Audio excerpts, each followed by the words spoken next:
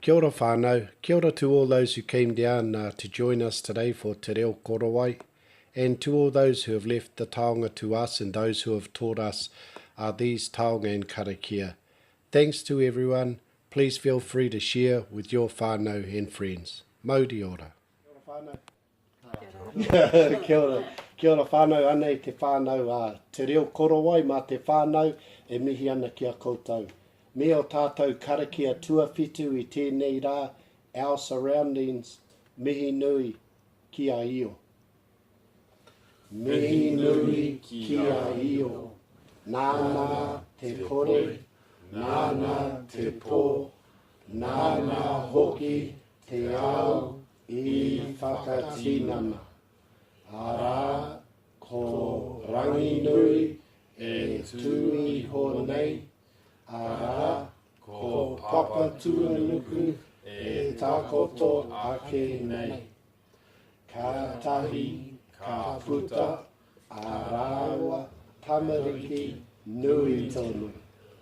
Arā, ko tāne maruta, ko tangaroa, ko tāwhiri vātea, ko rua umoko, ko rongo, ko haumea tiki tiki, ko tuma tauinga. Tokona a rangi nui ki ronga, a papa tua luku ki raro. Ka puta te whaia me te ao marama. E rogo whakairia ki ronga kia tina, tina, haume, huie, taiki. Ka pai koutou. Oi, toro, whahau.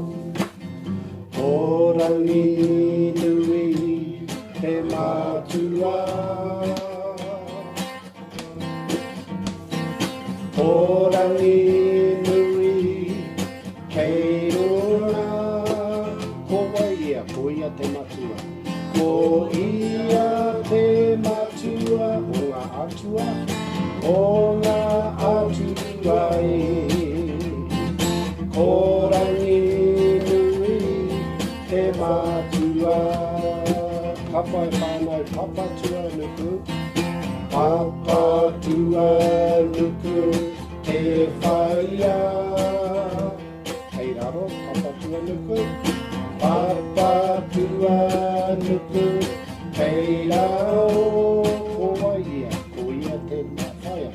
Ko ia te whaia o wai. O ngā atua e. Papa tua nuku te whaia. Ka pai rangi nui papa tua nuku. Rangi nui papa tua nuku. Ngā mātua o tātou e.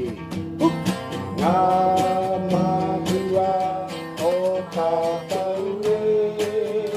Ko rangi nui. Ko rangi nui. Ko ia. Ko ia te mātua, papa tua nuku. Papa tua nuku te whaia. Ka pai whitunga. Rangi nui, papa tua nuku. Ka pai, one more for the whānau. Rangi nui, papa tua nuku. E rongo whakairia ki runga kia tīna. Tīna. Haume e hui e. Taiki e. Ka pai koutou. Tū matua. Kia ora koutou. Thank you.